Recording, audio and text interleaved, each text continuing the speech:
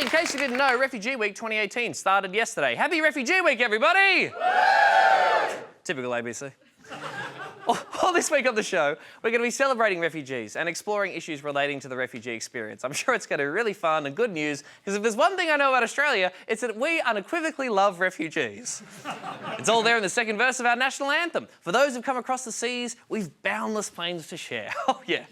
Oh, yeah, we got some planes. Oh, we got some planes, and they are fucking boundless, and we're ready to share them. Woohoo! Yes, sirree, mate. If you were looking for some planes and you wanted them to be boundless, you've come to the right place. Yes, sirree! Just so happens those planes are on Nauru.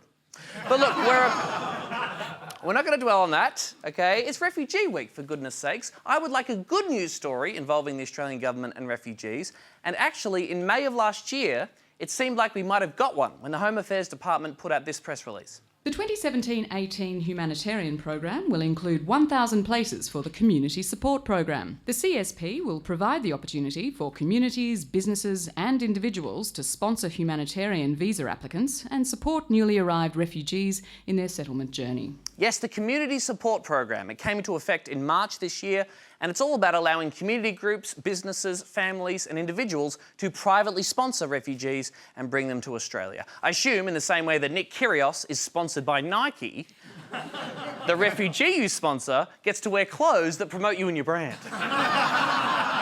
Looking good, little lady. Welcome to the country. Letting ordinary people privately sponsor refugees is a really great idea. Canada has been doing it for decades. In Canada, if church groups, community groups or families are prepared to raise about $30,000, the government covers the rest and a refugee family of 5 can be given a new life in Canada. $30,000 for a family of 5. That's just $6,000 per refugee. And if you order now, we'll throw in this delicious bowl of the French-Canadian delicacy, poutine. Poutine. It looks the same when you throw it up. Thank you. Canada's been doing this for almost 40 years now. Nung Tran Davies and her family were privately sponsored and brought to Canada after they fled the Vietnam War by boat.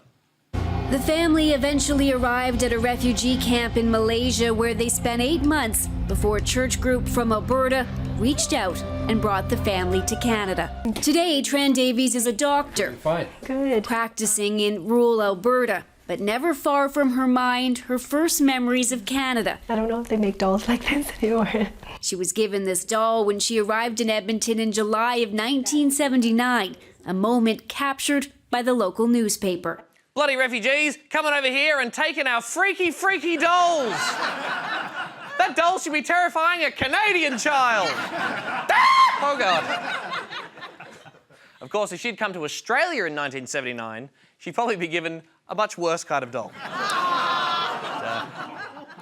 Canada is killing it with this policy. Since the late 70s, they've resettled more than 288,000 refugees thanks to this program. Even privately sponsored refugees like Nung Tran Davies are now paying it forward and privately sponsoring Syrian refugees.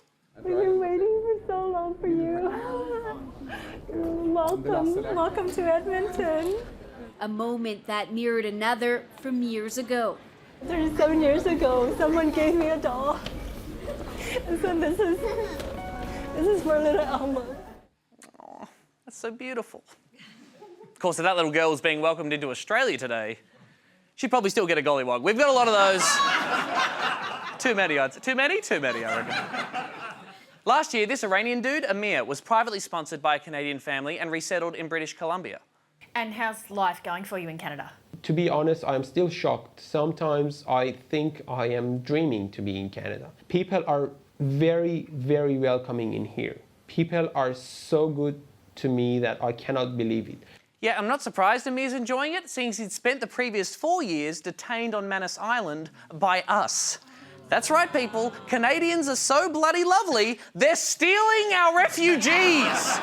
Damn you, you polite bastards. Also, thank you very much. We appreciate it. The point is, Canada's program does a lot of good. It's not perfect, sure, but it's a really good thing that Australia's trying to emulate it with the Community Support Program. Except we're not. Refugee groups have some real problems with the differences between Australia's scheme and the Canadian model. The cost, for starters. Under the Canadian system, it costs you $0 to apply to privately sponsor a refugee. In Australia, a successful application to sponsor just one person is going to set you back $19,124. In application costs alone. That's a 19 grand processing fee. Even Ticketet will look at that and go, nah, man, that is fucked up, bro. The way they've been doing this in Canada, it costs about $30,000 to resettle a refugee family of 5. Under the Australian system, that's going to cost you about $100,000. 100 grand. I wouldn't pay 100 grand to save my own family. What? Neil and Judy are in the 60s. They've had a good run. So, love you. So, a program is way more expensive. Then there's the eligibility criteria. If you want to be resettled in Australia under this program, you have to be over the age of 18 but under 50. You can't be South Sudanese, Somalian or Iranian. You've got to have lined up a boss who's ready to give you a job or just be ready to work as soon as you land. And you have to be able to speak functional English. You know functional English, like this. What time prior to that did you do investigations into subs around other subs? Functional. But the biggest catch with Australia's version of private refugee sponsorship is this. The second problem with this program is that for every privately sponsored refugee, the government doesn't have to worry about a refugee in its existing quota.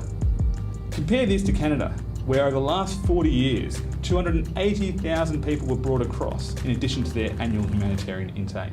Canadians are privately adding thousands and thousands of refugees to their resettlement total. The program's so popular there, in 2018, Canada is going to welcome 18,000 privately sponsored refugees. But our community support program has a quota of just 1,000 places within our existing humanitarian intake. It's not going to add a single additional refugee to Australia's total.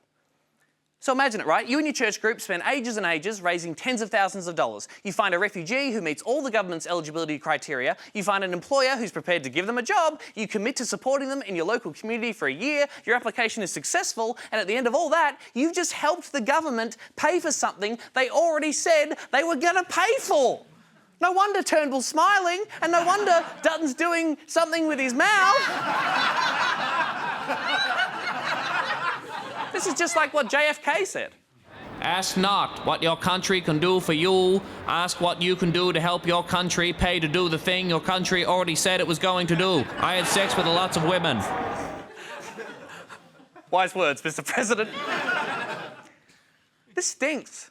We've turned a humanitarian program into a cost-saving measure. The government even describes the community support program as a gain to the budget of $26.9 million, which is a decent saving. That's more than half the cost of a memorial to Captain Cook, the original boat person, who apparently was quite flamboyant. Hey! The community support program is a dodgy privatisation of our refugee program. It means that people who want to be nice will have to pay shitloads of money to resettle exactly the same number of refugees we're committed to anyway. Meanwhile, in Canada, ordinary people are helping resettle more refugees than us at less than a third of the cost. I mean, if you think about it, if you're an Australian and you want to sponsor a refugee, you're really better off financially sponsoring a Canadian so they can then sponsor a refugee. Yeah, someone famous should really do a campaign about that. A campaign with a very earnest and a very convoluted message. Hi, I'm author Tara Moss. I was born in Canada, but I'm proud to call Australia home. But no matter if you're Canadian or Australian or even Tasmanian, we all want this to be a better world for refugees. It's just that in Canada, it's significantly easier to do that, like big time.